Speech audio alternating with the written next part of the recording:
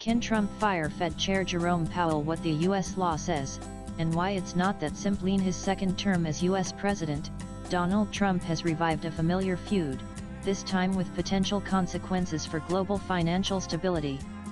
The target: Jerome Powell, chair of the U.S. Federal Reserve.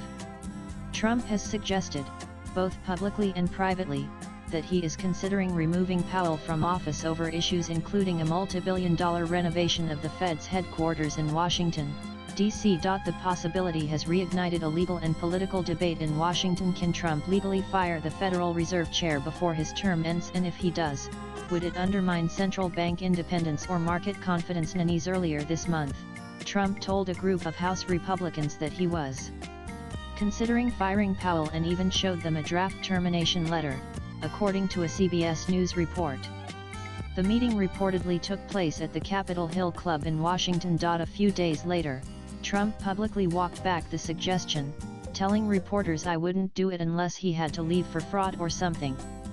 It's highly unlikely." Despite the apparent softening of tone, the comment triggered alarm among investors and lawmakers alike, particularly since Trump has a long history of clashing with Powell over monetary policy. And during Trump's first term, his criticism of Powell centered on monetary policy, particularly the Fed's reluctance to cut interest rates.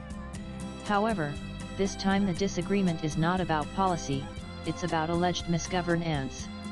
At the center of the controversy is a $2.5 billion renovation of the Fed's iconic headquarters in Washington, D.C. According to Associated Press, Trump has alleged that Powell misled lawmakers about the scale of the project and how it was being financed. A key point of contention is the long-term lease agreement the Fed signed with the General Services Administration (GSA), a federal agency responsible for managing government property. Trump and some of his allies argued that the GSA failed to properly inform Congress before approving the lease extension. They also claimed that Powell may have overstepped or been involved in what they describe as unauthorized or insufficiently transparent decision-making around the deal. The criticism intensified after Russell Vought, director of the Office of Management and Budget (OMB) and a Trump ally, publicly flagged concerns about the Fed's spending on the renovation. In response, Powell formally asked the Fed's Inspector General to conduct a fresh review of the renovation project, signaling an attempt at transparency amid political scrutiny. And the U.S. Federal Reserve Act allows the president to remove a Fed governor for cause, but not at will.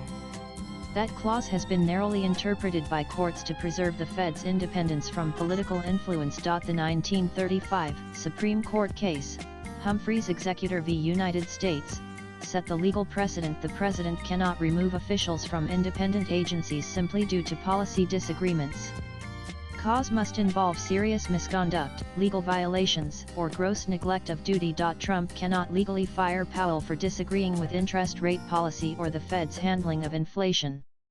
But in this case, he is not citing monetary policy. He is pointing to alleged mismanagement of a multi-billion-dollar renovation project and possible lack of congressional oversight. And so far, no public evidence has emerged to show that Powell engaged in conduct that meets the legal threshold for removal. Fed officials have defended the renovation project, saying the headquarters is structurally unsound and in need of major upgrades.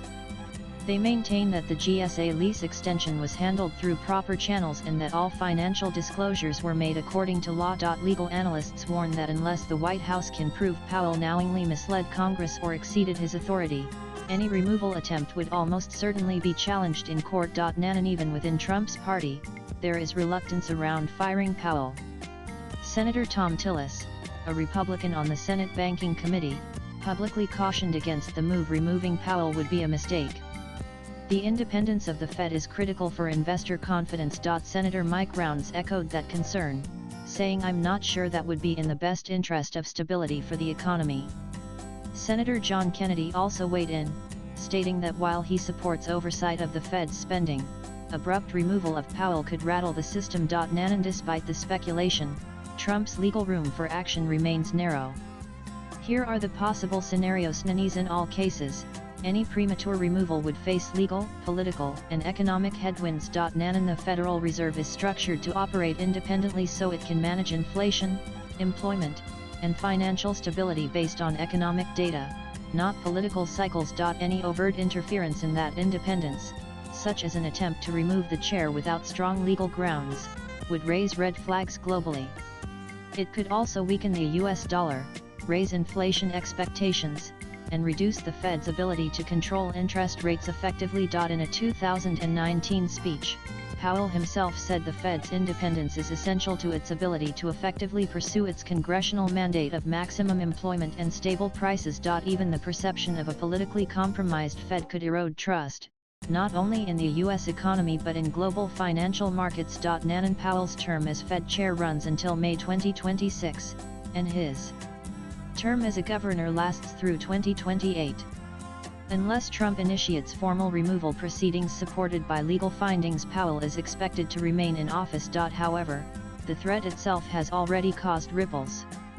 Markets are jittery, lawmakers are divided, and questions around central bank independence are back in the spotlight. With inflation slowing and interest rate cuts under discussion, any disruption to Fed leadership could affect not just policy but also market psychology. Nan Donald Trump does have the authority to remove Jerome Powell, but only if he can establish cause as defined under U.S. law.